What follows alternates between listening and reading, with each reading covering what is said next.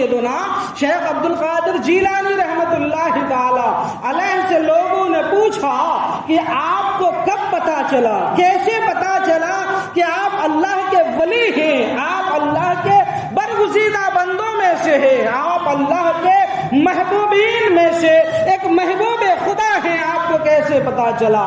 آپ فرماتے ہیں بچپنے سے ہی میرے حالات اور میرے آثار کچھ ایسے تھے کہ مجھے پتا چل گیا کہ میں کوئی عام بندہ نہیں، میں کوئی عام بچہ نہیں، بلکہ اللہ تبارک و تعالیٰ کے محبوبین میں سے ایک محبوب ہوں۔ آپ فرماتے ہیں ہم دو بھائی تھے، ہمارے والد گرامی کا انتقال ہو چکا تھا، ہماری عمر تقریباً 10 سال کی ہوئی تو 10 سال کی عمر میں بچوں کا کیا حال ہوتا ہے، وہ کھیلنے کودنے کے شوقین ہوتے ہیں۔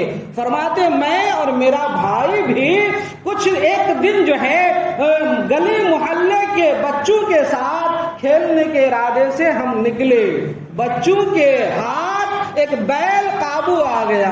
سنیے گا ذرا، بچوں کے ہاتھ ایک بیل قابو آ گیا۔ اچھا، بچوں کے ہاتھ کوئی جانور قابو آ جائے تو پھر وہ بچے جو اس کا حال کرتے ہیں وہ بچے جانے یا اس جانور کا جو حال ہوتا ہے وہ جانے۔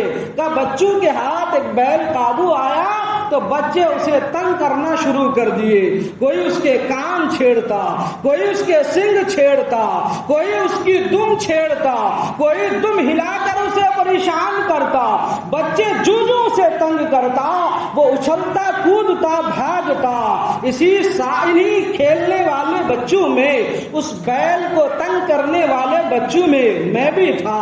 میرے دل نے بھی چاہا کہ ذرا میں بھی تو تنگ کروں اس بیل کو تنگ کرنے کے لیے۔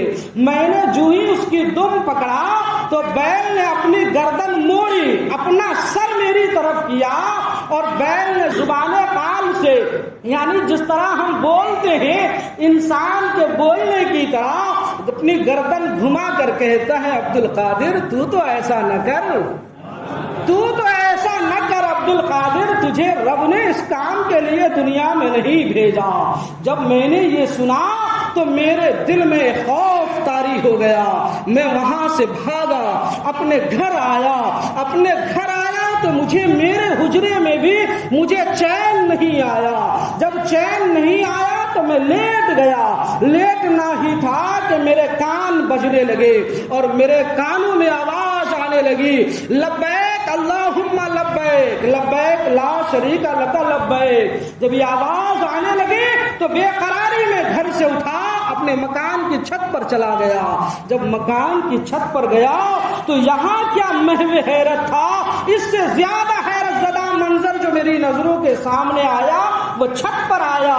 جب میں اپنے گھر کی چھت پر کھڑے ہو کر قبلے کی طرف اپنا رخ کیا تو رب نے اپنی قدرت کاملہ سے میرے اور میدان عرفات کے درمیان کے حجابات کو اٹھا دیے اور میں نے دیکھا کہ میدان عرفات میں حجاج کرام اسی تلبیہ کو پکار رہے ہوتے ہیں۔ سبحان اللہ، خوف اور بڑھ گیا،